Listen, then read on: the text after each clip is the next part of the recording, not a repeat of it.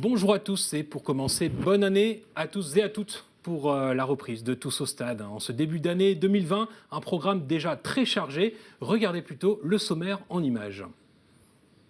Et on va commencer dans la première partie d'émission avec les deux coupes nationales. La Coupe de France tout d'abord. Brest jouait à Lorient dimanche dernier en 32e de finale. Et puis, 3 jours plus tard, mercredi soir, c'était à Lyon en Coupe de la Ligue, les quarts de finale. On verra ce qu'il s'est passé à Lyon. Et puis bien sûr, en deuxième partie d'émission, on se reprojette dans le championnat avec un match très important dès samedi contre Toulouse. On verra l'état de forme justement du TFC avant ce match. Sur ce plateau à mes côtés, Jackie Le Gall, Blavezman, monsieur Le Gall. Oui, c'est ce que je voulais demander justement à notre invité, s'il savait comment on disait bonne année. Parce maintenant que lui, il n'est pas breton, lui. Ah non. Je il est de Toulouse, donc on va en reparler. On le connaît déjà sur TDO, c'est bien sûr Thomas Aya. Salut Thomas. Salut, bonjour et bonne année à vous aussi. Il l'a pas dit lui, hein, Blavezman. Non, Blavezman. Oui, c'est pas mal. Ouais, non mais attends, on apprend vite. Quand même. C'est validé, allez. Bon, alors on va donc commencer cette année et cette émission par reparler des coupes nationales, puisque Jackie, un fait un petit peu rare à Brest, il y avait 2 matchs de coupe à suivre en ce début janvier. D'une part, et puis bon, le tirage ne nous a pas été favorable parce que les deux étaient à l'extérieur. Si on avait pu jouer à Brest, ça aurait déjà été mieux, parce que on vient à peine de rentrer cette nuit de mercredi à jeudi de Lyon, qu'il faut repartir à Toulouse samedi. Donc c'est une semaine très chargée. Surtout que c'est aussi une semaine de reprise. Et Thomas, quand on reprend, tu étais joueur jusqu'à l'année dernière, ces semaines de reprise ne sont de toute manière jamais faciles. Non, c'est toujours délicat parce qu'on a besoin de cette semaine de coupure pendant la trêve hivernale pour recharger les batteries, puis surtout aussi au niveau mental. Ça fait du bien. Maintenant, la reprise est difficile et comme tu dis, Jackie, avec une reprise à 3 matchs, c'est là qu'il fallait faire preuve de sérieux pendant les vacances, pas faire n'importe quoi. Les joueurs ont dû aller courir. Voilà, faut rester malgré tout concentré, faut pas totalement relâcher parce qu'on voit que la reprise est très très difficile pour les joueurs et ça commence très vite, quoi. Eh ben, on va reprendre les choses dans l'ordre, justement. Ça se passait dimanche dernier au Stade du Moustoir à Lorient. C'était les 32e de finale de Coupe de France. Voici ce qu'il s'est passé entre Lorient et Brest.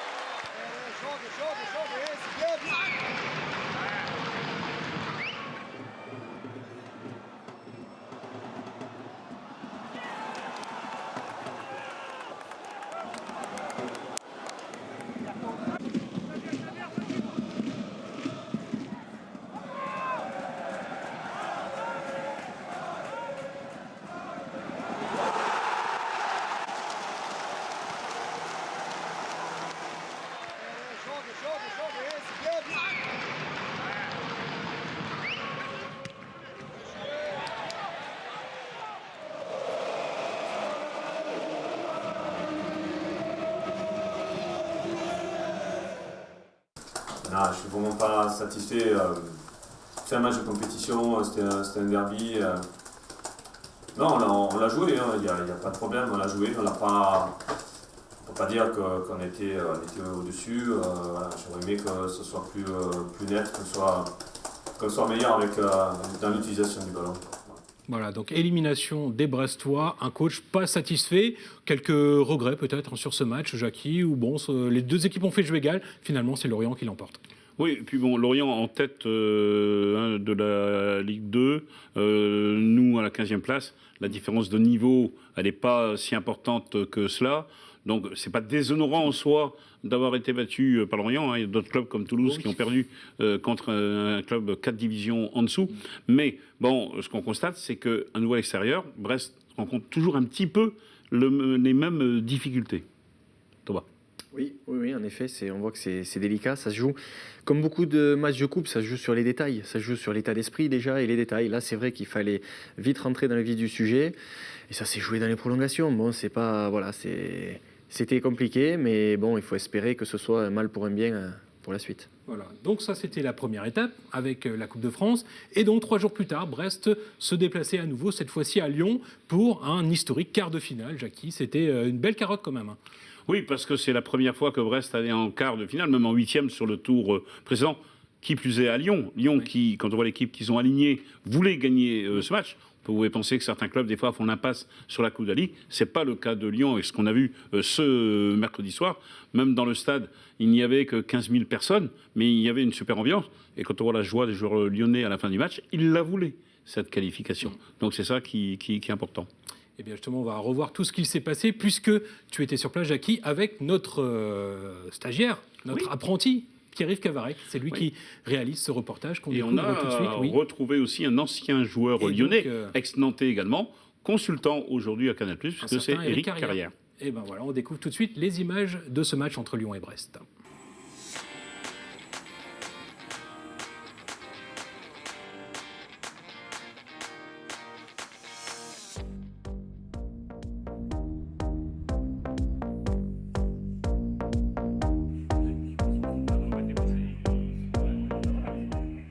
Éric, la Coupe de la Ligue pour un joueur, aujourd'hui, qu'est-ce que ça représente ? Ouais, déjà, j'ai fait une finale de Coupe de la Ligue perdue, c'est le titre national que je n'ai pas. Et ça représente un titre à gagner. Et justement, quand on peut aller au bout, et quand on arrive en quart de finale, on y pense. C'est amener toute une région au Stade de France, donc ça, c'est pas remplaçable. Le championnat, c'est le feuilleton de l'année. La Coupe, c'est là où on vit des émotions qui sont intenses sur des matchs à élimination.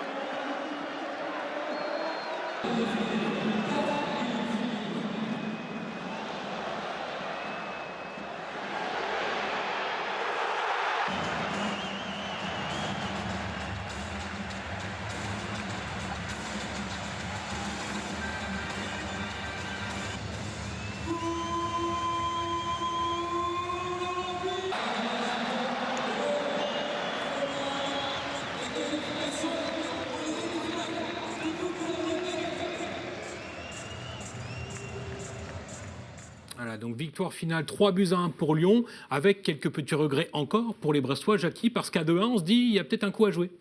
Oui, il y avait un coup à jouer, bien sûr, à 2-1. Bon, après, on se prend un but qu'on aurait peut-être pu éviter, hein, le troisième, défensivement. Et on sait que dans ce genre de match, surtout en coupe, parce que quand tu reviens à 2-2, c'est la série pénalty qui se trouve juste derrière. Il y a quand même aussi quelques raisons sur le match. Bon, il y a eu quelques soucis comme de la finition côté Brest. Quand on voit le but lyonnais, une touche de balle, voilà, hein, c'est imparable.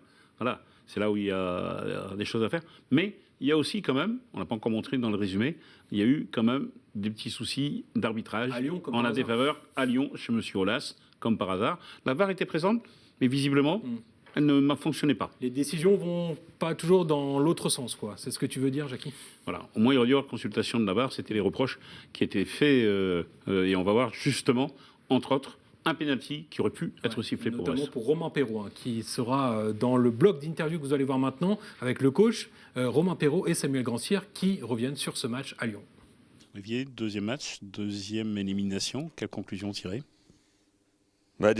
Déçu parce qu'on reste des compétiteurs et que quand on est sur ce genre de match, on a envie de le gagner. Déçu parce que je pense que les gars, ils n'ont pas été vraiment récompensés. Je pense on a fait un match intéressant, discipliné, organisé, face à une équipe qui nous est supérieure, on le savait. Et on a joué notre chance. Il nous a manqué la finition un petit peu sur la première mi-temps. Un peu de précision sur les centres, sur les frappes. Il ne manquait pas grand-chose. Alors, on l'a dit, si Brest a perdu, il y a quand même eu des moments, le coach le dit aussi, notamment avec toi, Romain, où il y a la pénalty. Alors, comment ça se passe exactement, cette action? Je vois Brendan qui avance et qui s'élance dans sa frappe sur la partie du terrain à droite. Et donc, je fais l'appel, moi, dans le couloir gauche et je contrôle. Je vois Bertrand Traoré qui vient un peu sur mes côtes droites. Je mets mon corps en opposition et pour moi il me déséquilibre. Même lui, pendant le match, il me dit qu'il me touche et qu'il y a faute. Mais bon, après, le problème, c'est que c'est très lourd de conséquences puisque sur l'action qui suit, on prend le 2-0 et c'est plus du tout le même match. Tu marques quand même un but derrière, on va retenir ça quand même, parce qu'on revient à 2-1 à ce moment-là. Bien sûr, ça fait toujours plaisir de marquer personnellement. Après, voilà, malheureusement pour l'équipe, on ne se qualifie pas. On sait qu'on pouvait faire un bon résultat. On savait qu'on pouvait essayer de rattraper, surtout à 2-1. Voilà, où après on essaie d'attaquer et malheureusement on baisse un peu défensivement et on se prend le troisième but. Comme ça, on tire les conséquences avant d'aller à Toulouse. Oui, bien sûr, bien sûr. Après, on va se concentrer sur le match de Toulouse. De toute façon, il ne nous reste plus que le championnat et il est très important aussi pour nous le championnat. Donc, on va se concentrer le week-end prochain. Voilà, donc Samuel Grand-Cyr qui dit maintenant il faut se reconcentrer sur le championnat, ça va être la priorité lors des prochaines semaines pour les Bressois. Bien sûr, puis rien de déshonorant d'être battu à Lyon, bien évidemment. Lyon qui était très bon hier soir, enfin ce mercredi soir. Qu'est-ce que tu en penses, Thomas? Oui, moi, avant tout, quand je vois ça, je me dis je suis très content d'avoir vu certains joueurs qui jouent peu cette saison. Et donc ça leur a permis justement de connaître un gros match chez un gros adversaire de notre Ligue 1. Et voilà, Dono a fait des super parades en première mi-temps aussi en début de match. Quoi. Donc c'est vrai que même Gaëtan, Bello, etc. On voit des joueurs, Magnette aussi au milieu. Voilà, plein de joueurs. Voilà, c'est ça. Voilà, Magnetti. Parle encore ses anciens coéquipiers, Thomas. Je peux parler sur nom. Donc voilà, donc déjà ça fait plaisir. Maintenant, il faut faire gaffe parce qu'après ces 2 disqualifications, il faut vraiment que les joueurs se disent que c'était 2 matchs de préparation pour le championnat.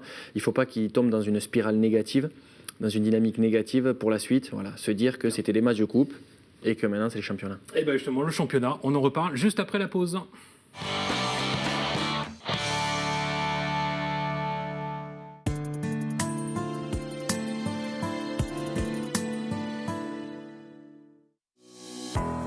Atlantique Distribution Automatique vous propose une large gamme de produits de grande marque et de qualité avec une offre complète de distributeurs, de fontaines à eau et de machines à café.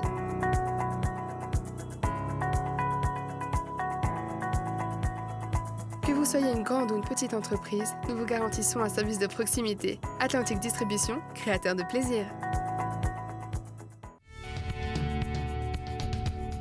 Vous cherchez un crédit immobilier. Avec moncourtiercrédit.com, c'est toujours 0 € de frais de courtage. Les meilleurs taux du marché? Une réponse sous 48 heures. Avec moncourtiercrédit.com, gagnez du temps et de l'argent. Zéro stress pour vos crédits, conso, auto, travaux.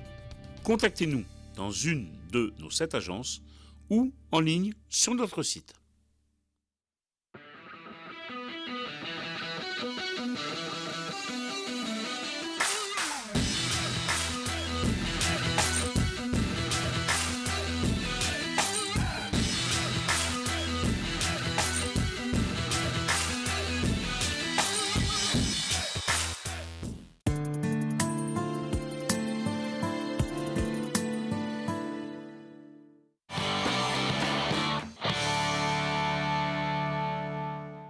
retournant tous au stade de l'avant-match, Brest se déplace à Toulouse pour la 20e journée de Ligue 1. Ce sera samedi prochain pour le premier match de la phase retour.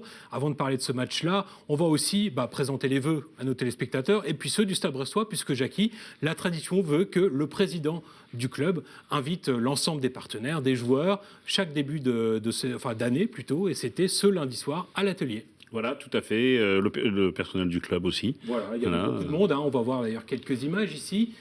Donc on est juste à côté du Stade Brestois, l'espace de réception du Stade Brestois. Et puis c'est l'occasion de souhaiter les bons vœux alors des joueurs, mais comme tu le disais, du staff, des partenaires, toujours plein de monde. Et puis il y avait aussi quelques mots du président, évidemment, sur les projets du club pour l'année à venir, Jackie. Voilà, donc dans ce bel espace qui est situé à côté et qui sert de salle de restaurant le soir après chaque match. Et on a donc prévu justement pour l'avant-match de samedi, enfin juste avant le début du match de Toulouse, de faire un reportage plus complet sur ces vœux et entendre le discours de Denis Le Saint. Voilà, notamment sur le projet du nouveau stade, dont tout le monde attend aussi des nouvelles. Absolument. Voilà, donc ce sera dans notre émission Tous au stade, le match diffusé lundi prochain. Allez, on revient à la Ligue 1 après quelques semaines d'interruption. Il est temps de s'y replonger. Alors pour commencer, comme d'habitude, Jackie, on va regarder la situation au classement pour s'apercevoir bien que devant, il y a maintenant quelques équipes qui se détachent. Oui, et puis il y a un gros choc, Rennes qui reçoit Marseille dans un stade à guichet fermé. On voit également que Angers, Reims, des formations qu'on a bien connues en Ligue 2 sont dans la première partie. Brest est 15e avec 22 points. Et derrière Dijon, Metz, Amiens, Nîmes, Toulouse que l'on rencontre, eh bien, on va voir que Brest est le seul club qui se déplace ce samedi. Tous les autres clubs vont recevoir sur ce tableau donc Amiens, Metz, Nîmes. Donc nous allons, à Toulouse, Dijon qui reçoit aussi. Et c'est vrai que ce soit ce week-end ou dans les 4-5 prochaines semaines, eh bien c'est là, en grande partie, que le maintien de Brest, entre autres, va se jouer. Thomas. Oui, en effet, c'est quand on repart comme ça sur une deuxième partie de saison, les premiers matchs lancent une dynamique. Et c'est là qu'il faut savoir saisir vraiment l'opportunité de bien démarrer pour repartir sur un élan positif, parce qu'il va déterminer la fin de saison, tout simplement. C'est quoi la recette quand on est une équipe plutôt de bas de classement? Sur quel levier on peut appuyer pour justement essayer de gagner des matchs rapidement, se mettre en confiance pour le début de la phase retour? Pour moi, c'est ce qu'ils ont montré depuis le début de saison, c'est-à-dire l'état d'esprit, le collectif. Et c'est ça. Et c'est ça on va le voir, samedi, ça va se jouer un petit détail, c'est sûr. Et c'est là que l'état d'esprit, le collectif, va prendre le dessus et va nous permettre de gagner ce petit mètre d'avance et de remporter le match. Donc il faut continuer là-dessus, c'est le plus important. Alors on l'a vu, c'est un match à l'extérieur. Alors justement, on a regardé un petit peu là. On voulait avoir en tête les derniers déplacements du Stade Brestois, puisque Jackie, on a quand même l'impression que cette saison, s'il y a peut-être quelque chose de plus compliqué pour les Brestois qui sont promus, on le rappelle en Ligue 1, ce sont les matchs à l'extérieur. On va avoir ici une petite série des 4 derniers matchs à l'extérieur. Bon, alors des défaites, certes, certaines peut-être plus embêtantes que d'autres, mais on le voit que c'est peut-être là qu'il y a quelque chose à faire, à améliorer en tout cas pour les Brestois. Oui, complètement. Là, par exemple, sur ce match à Amiens, mais bon, il y a aussi le paradoxe, parce que on perd à Amiens, et la semaine d'après, c'est Strasbourg qui va en coller 4 à Amiens, voilà, et en prendre 5 chez nous 15 jours après. Donc, on voit que c'est pas simple pour les équipes de bas de tableau. Alors, à Marseille, on a le regret, parce qu'on avait égalisé, et on se prend un but à la fin qu'on ne doit pas se prendre. Donc, c'est un regret, mais ça aurait été un hold-up. Perdre à Marseille n'a strictement rien de déshonorant. Lille, qui est en haut du classement, non plus, mais à chaque fois, c'est quelques regrets. Il nous manque un petit quelque chose à l'extérieur. Voilà. Offensivement, entre autres. Parfois, un certain relâchement défensif. Une certaine appréhension aussi des joueurs qu'il faut vaincre. Alors là, Montpellier, par contre, là, effectivement, on a multiplié les erreurs défensives. Et Montpellier est une équipe qui, de toute façon, gagne les matchs chez elle. Et perd souvent aussi à l'extérieur. Voilà, donc et ça pourtant, s'explique aussi. Il n'est pas le premier venu en Ligue 1, loin de là. C'est sûr. Thomas, quand on voit ces derniers déplacements, alors il y a eu cette victoire à Angers, mais qui remonte un petit peu, à quoi il faut s'attendre, les Brestois à l'extérieur? Qu'est-ce qu'on peut améliorer pour justement ramener des points aussi de l'extérieur, pas seulement des matchs à domicile? Déjà, on le voit, le plus important, ce qu'on veut surtout, c'est pas prendre de but. Voilà. Ouais. C'est quand on va à l'extérieur, on se dit que on est costaud défensivement, chacun concentré sur sa tâche, et collectivement, si tout le monde fait le boulot, voilà. Il faut surtout mettre tous les efforts là-dessus. Je pense que c'est ce que doit dire le coach. Et après, ça viendra. Mais c'est surtout se concentrer là-dessus et pas se livrer bêtement, pas faire d'erreurs inutiles et essayer de jouer le plus simple possible. Alors, j'ai envie de dire juste une chose. Peut-être qu'un des points positifs, Charbonnier qui a eu beaucoup de difficultés en championnat parce qu'il a marqué au départ et resté sans marquer, il a marqué 2 buts, c'était certes en coupe, mais quand on sait qu'un buteur a besoin de confiance, là aussi c'est peut-être quelque chose qui est important, que Charbonnier retrouve la confiance et le chemin des buts.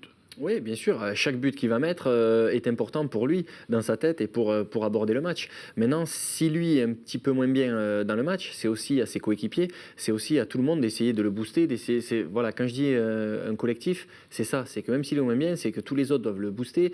On va continuer à lui donner des ballons. On a encore besoin de lui dans le jeu parce qu'on voit qu'il fait du bien. Voilà, donc, mais comme tous les autres joueurs. Et on a vu que beaucoup de joueurs marquent au Stade Brestois et c'est ça qui est une belle chose, c'est que les buts peuvent venir d'autres personnes aussi. Ouais, Donc, justement, des buts, il en faudra à Toulouse, ce sera ce week-end. Avant de parler du TFC, un club que tu connais bien, Thomas, on va regarder le sujet habituel, l'adversaire préparé par Pierre-Yves Cavaric. Samedi, le Stade Brestois 29 entame la phase retour chez la Lanterne Rouge à Toulouse. Le club ariégeois avait plutôt bien démarré la saison, notamment avec ce match nul arraché à Francis Leblé lors de la première journée.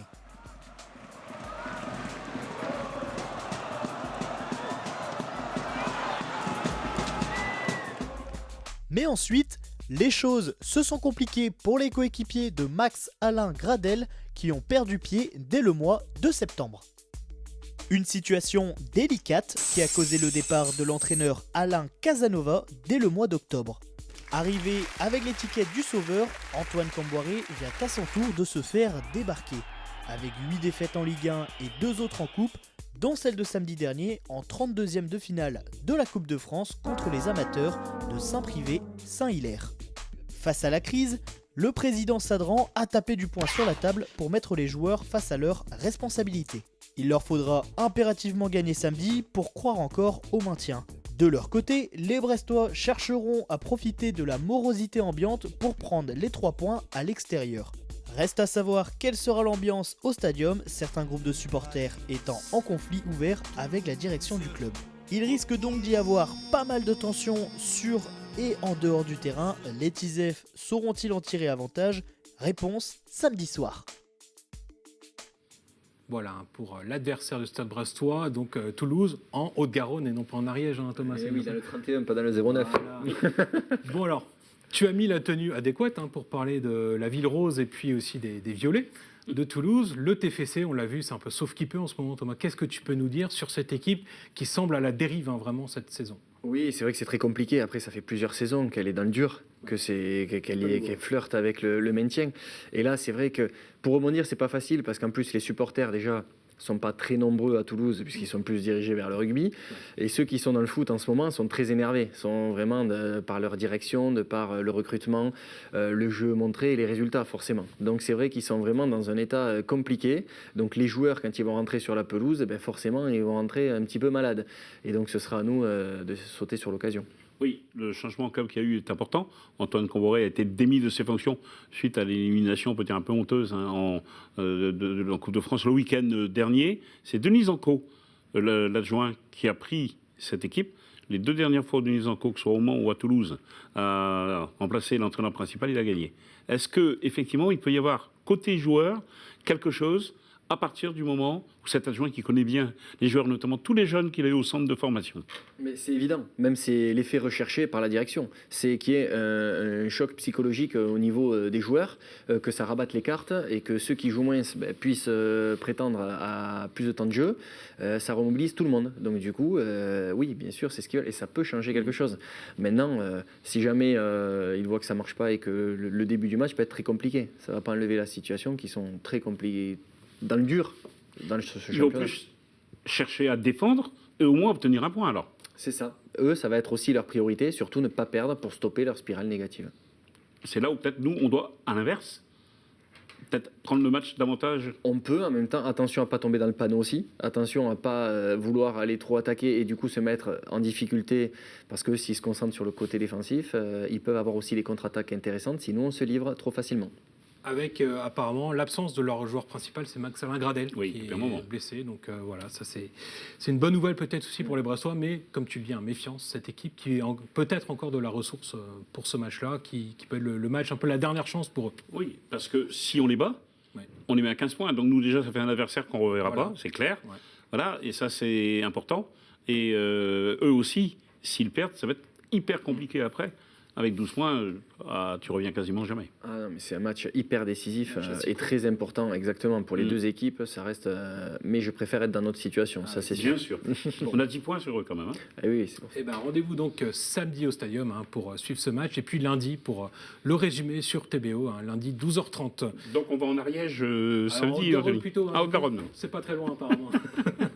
Bon, but bref, c'est différent. C'est un peu plus la campagne dans l'Ariège. Bon, d'accord. Alors avant de se quitter, quelques petites dernières informations à vous donner. On va le voir en image avec un nouveau joueur dans l'effectif professionnel. Il s'agit d'un gardien, c'est Sébastien Cibois qui a signé cette semaine un contrat jusqu'en 2022. Voilà, 2 ans au club. Donc bienvenue à lui. Il sera 3e gardien. Et il s'entraîne quand même avec le groupe du Paris Saint-Germain. On va l'accueillir prochainement sur notre plateau parce qu'il a vécu avec ce groupe. Il était 4 fois en Champions League également sur le banc. Donc il y aura sûrement des choses à nous dire intéressantes. C'est sûr. Et puis vous l'avez vu, le prochain match à domicile, alors on vous l'annonce d'ores et déjà, mais c'est que dans 2 semaines, c'est le 25 janvier, ce sera contre Amiens. Voilà, vous le voyez, des places à partir de 9 €. C'est tarification basse pour ce match. Encore un match important pour le maintien. Il faudra vraiment garnir les rangs de Francis Joblet pour encourager les Tisef. C'est dans les toutes prochaines semaines qu'on rencontre nos adversaires directs. C'est là où il faut vraiment aller chercher des points. Bon, alors c'est que dans 2 semaines, donc Thomas, toi tu as un petit peu de temps là pour te préparer à commenter ce match. Oui, je vais essayer d'éliminer le foie gras que j'ai pu avaler pendant les vacances et je serai prêt pour le 25. Un petit peu de tennis pour se remettre en forme peut-être. Bien sûr, on garde la forme toujours. Bon, et ben donc rendez-vous le 25 janvier avec toi pour commenter ce match et donc il y a ce déplacement à Toulouse pour commencer. Merci à tous de nous être toujours aussi fidèles en 2020 et à très bientôt.